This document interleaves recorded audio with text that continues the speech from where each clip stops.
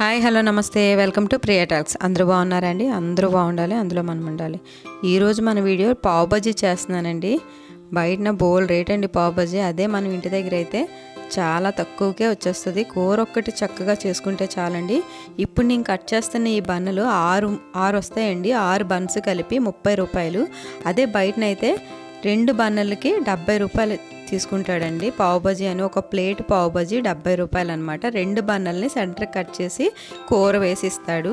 ఈ కూర ఒక్కటి స్పెషల్గా తయారు చేసుకుంటే చాలండి. మనం ఎంత బాగుంటుందంటే అంత బాగుంటుంది. ఈ కూరనే మనం స్పెషల్గా తయారు చేసుకుంటే పావ్ బజ్జీ అనేది రెడీ అవుతుంది.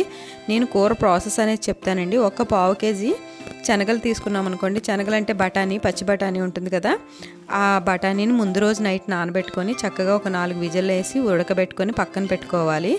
అది మరీ మెత్తగా అయిపోకూడదు, అలానే గట్టిగా ఉండకూడదు, అలా ఉడకబెట్టుకోవాలి.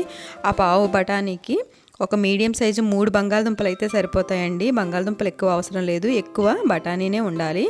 ఆ బంగాళదుంపలో ఒక పెద్ద సైజు ఉల్లిపాయ, 2 టమాటాలు అవి కూడా వేసి అంటే ఒక 2-3 విజిల్స్ వేస్తే మెత్తగా అయిపోతుంది. బంగాళదుంప కూడా బాగా మెత్తగా ఉడికిపోవాలి.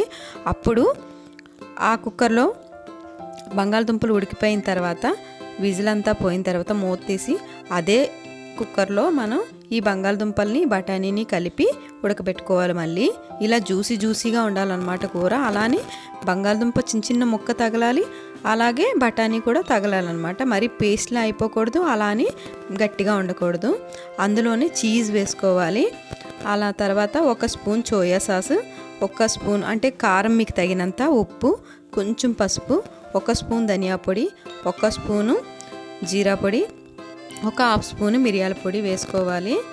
ఇవన్నీ వేసుకొని కారం చూసుకొని బాగా దగ్గరగా అయిన తర్వాత అప్పుడు లాస్ట్లో ఇంకొంచెం చీజ్ యాడ్ చేసుకోవాలండి. చీజ్ వేయడం వల్ల మంచి టేస్ట్ వస్తుంది అనమాట.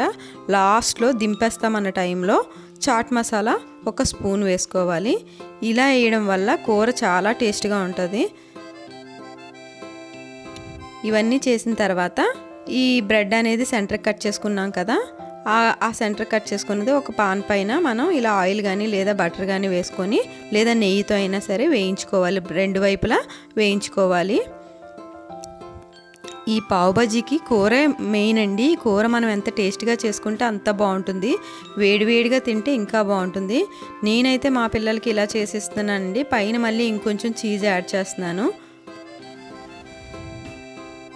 కూర అయితే చాలా బాగా వచ్చిందండి, చాలా టేస్ట్గా వచ్చింది. 2 వైపులా వేయించుకున్న తర్వాత ఇలా 4 ఇస్తాడండి. 4 కొంచెం కూర ఇస్తాడు, 70 రూపాయలు. అదే 3 చొప్పున 6 బ్రెడ్లు వచ్చినాయి మా ఇద్దరు పిల్లలకి. చూడండి, పైన ఇంకొంచెం చీజ్ యాడ్ చేసి కూర మస్తుగా వేయాలండి. కూర మాత్రం చాలా ఎక్కువగా పడుతుందంటే ఎక్కువ తింటేనే బాగుంటుంది అనమాట. కూర చాలా టేస్ట్గా వచ్చింది.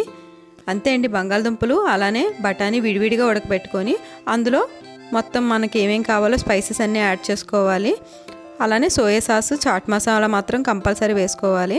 పైన ఇంకొంచెం చిన్న ఆనియన్స్ చల్లి ఇచ్చేస్తే చిన్న చీజ్ వేసి లేదా నిమ్మకాయ కూడా వేసి ఇవ్వచ్చు. ఎవరి టేస్ట్ వాళ్ళది.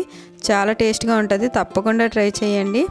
నా వీడియోస్ నచ్చితే తప్పకుండా లైక్ చేయండి, షేర్ చేయండి, కామెంట్ చేయండి. సబ్స్క్రైబ్ చేసుకోవడం మర్చిపోవద్దండి. తప్పకుండా సబ్స్క్రైబ్ చేసుకోండి. అలానే పావ్ బజ్జీ కూడా తప్పకుండా ట్రై చేయండి. చాలా బాగుంటుందండి. చాట్ రూపంలో కూడా తినొచ్చు మన ఇదే కూరని. ఉంటానండి. Thank you. Take care. Bye.